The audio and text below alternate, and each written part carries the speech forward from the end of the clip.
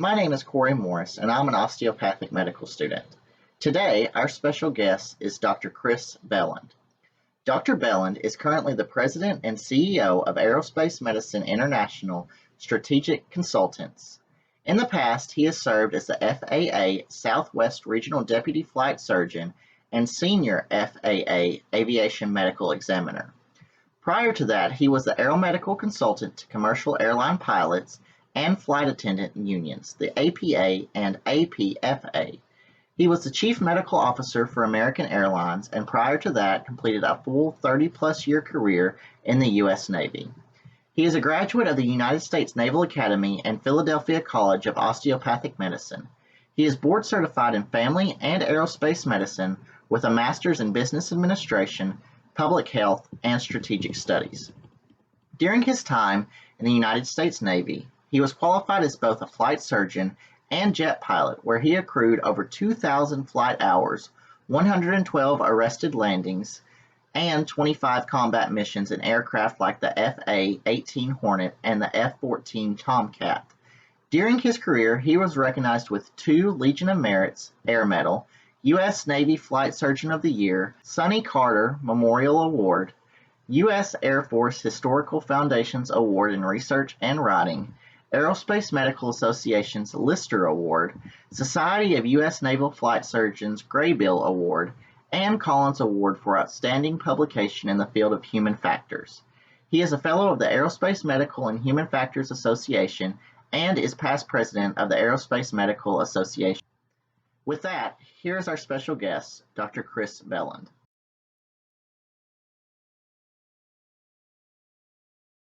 All right, Dr. Belland, what is your specialty?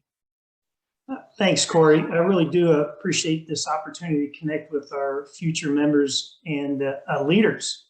Let me just talk about some basic concepts first, given that our audience may not understand some of this. Our medical specialty college is the American Osteopathic College of Occupational Preventive Medicine, AOCOPM, so I'll refer to that as we're talking. And just for your information, there's a separate American Osteopathic Board of Preventive Medicine, AOBPM, that does the board certification. So you got the specialty college that does education and training. It's kind of like the subject matter experts. And then you have a board process that's separate. The boards that we have are public health and preventive medicine, occupational health, aerospace medicine.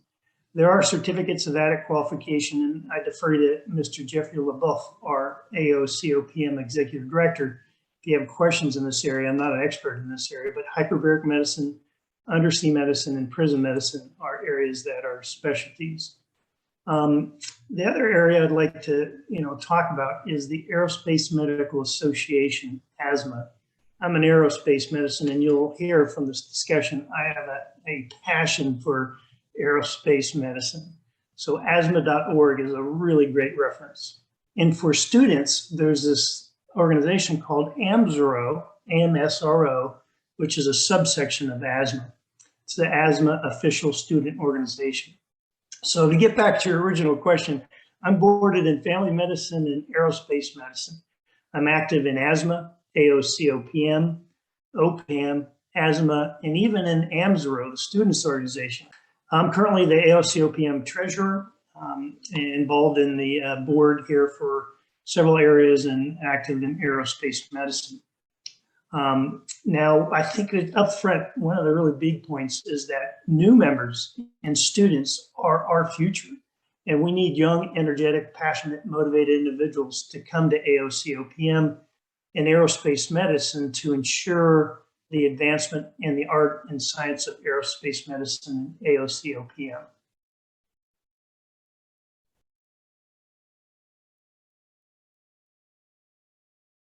Can you give a definition of what aerospace medicine is?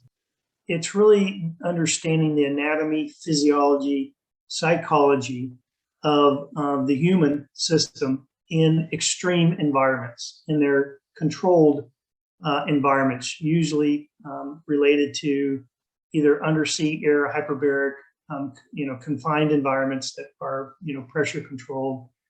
And because systems cannot always function optimally, They got breakdowns. So understanding the anatomy, the physiology, psychiatry in that unusual environment, particularly aerospace.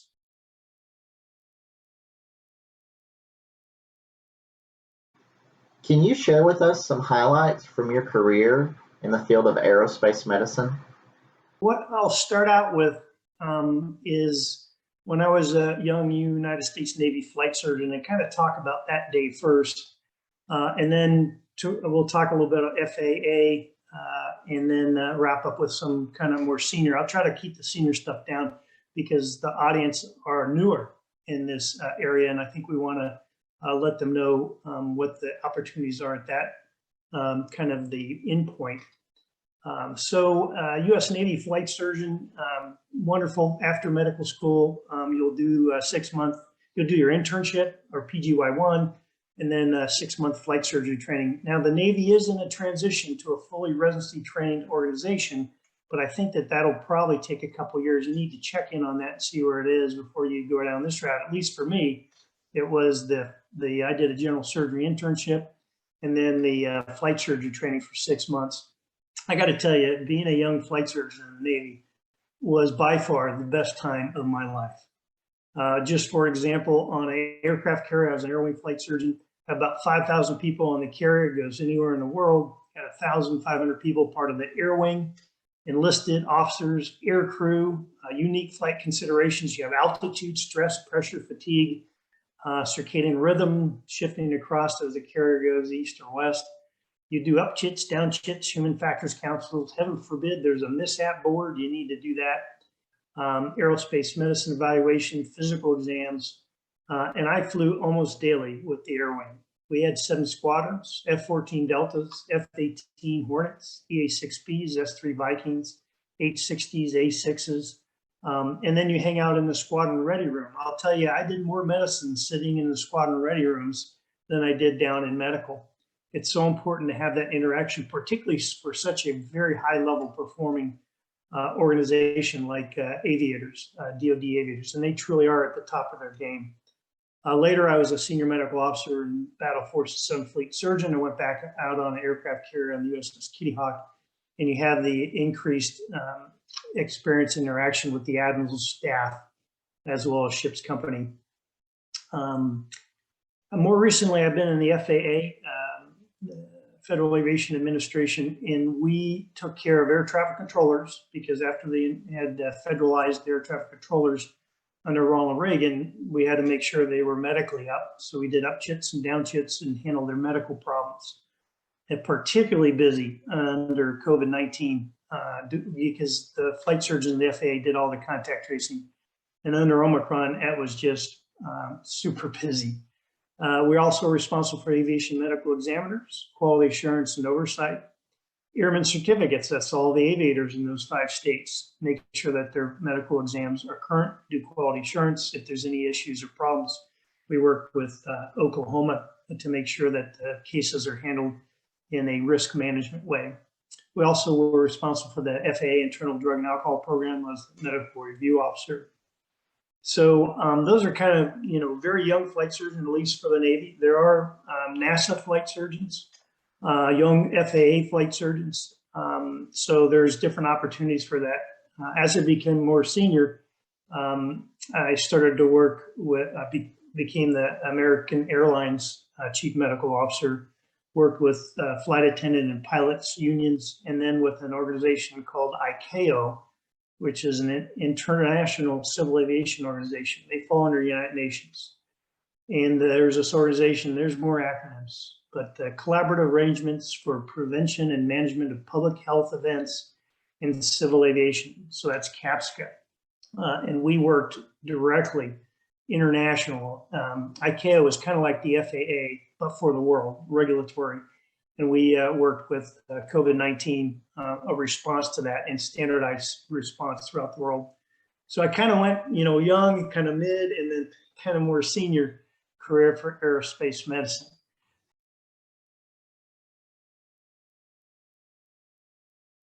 So what makes your work interesting, and why would someone want to choose what you do? A great question, and I think you're seeing a repeated theme as we're talking.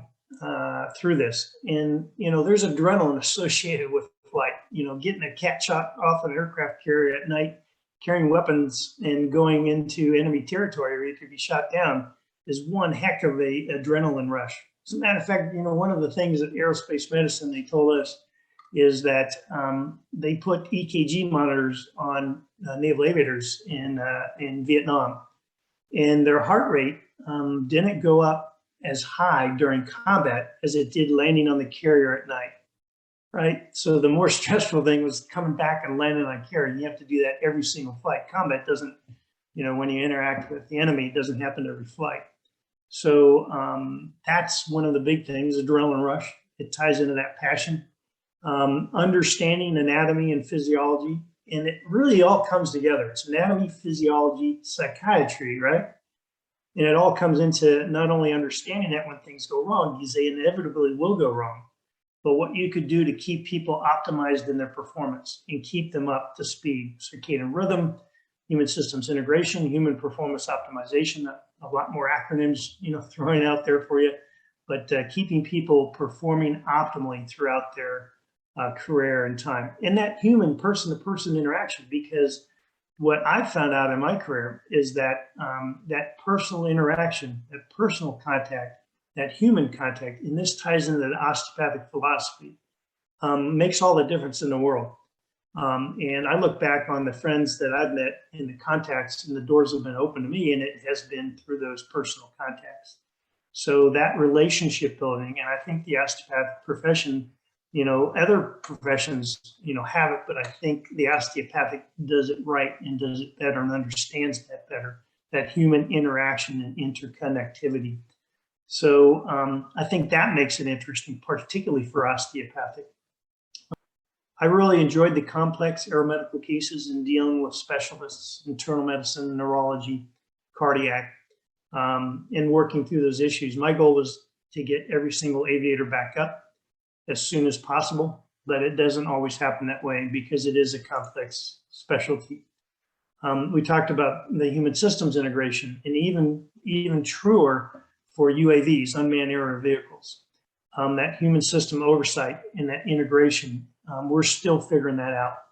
The human performance optimization, back to the adrenaline rush, and being passionate about what you do, the thing that gets you up out of bed each and every morning and interested in what you're doing. Like I said, as a physician, you're going to be able to make pretty good money throughout your life, whatever you choose to do. Might as well pursue what you have a passion for, because that's what it's all about. Here I am at the end of my career, and I could tell you, looking back, that passion has carried me through so much, and it's so important for you to go for it. And I've talked to too many people that have said, boy, they have wasted so much time doing things for money and security when they should have done something else in their career.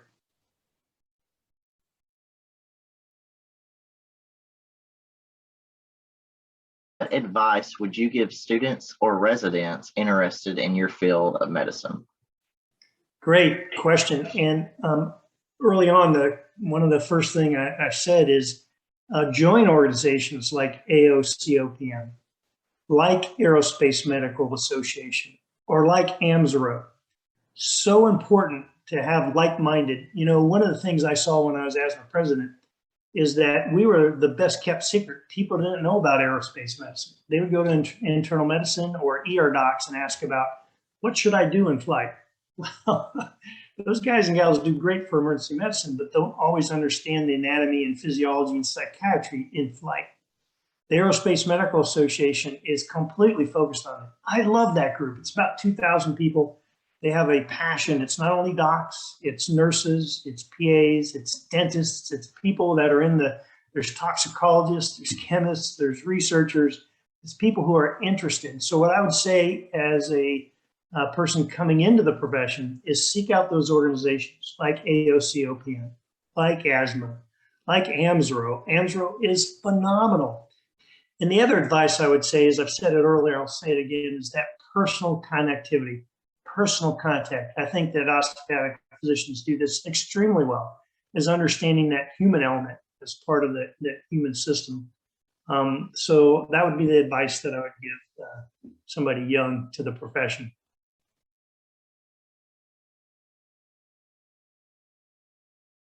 How has the American Osteopathic College of Occupational and Preventative Medicine, or AOCOPM, helped you in your career? Another great question, Corey. I'd say that I absolutely would not be where I am today without AOCOPM or the board or AOA, or more importantly, my osteopathic colleagues.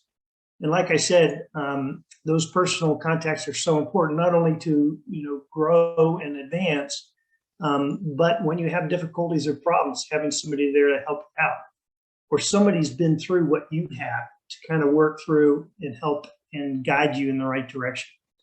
So I needed my boards to be promoted in the Navy. I would not have made captain or 06 in the Navy. I was very blessed and competitive for flag when I retired. And that's because of the board certification and the specialty training that I received in AOCOPM in their annual and biannual meetings that they would have. And the credibility that aerospace medicine specialty board certification and knowledge gives you is so important.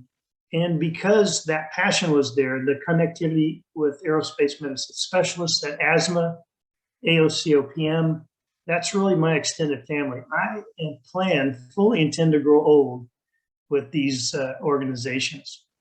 I did want to just, put in for those people that are interested in AOCOPM, the executive director, Mr. Jeffrey and Rhonda Buff, we could not survive or thrive without them.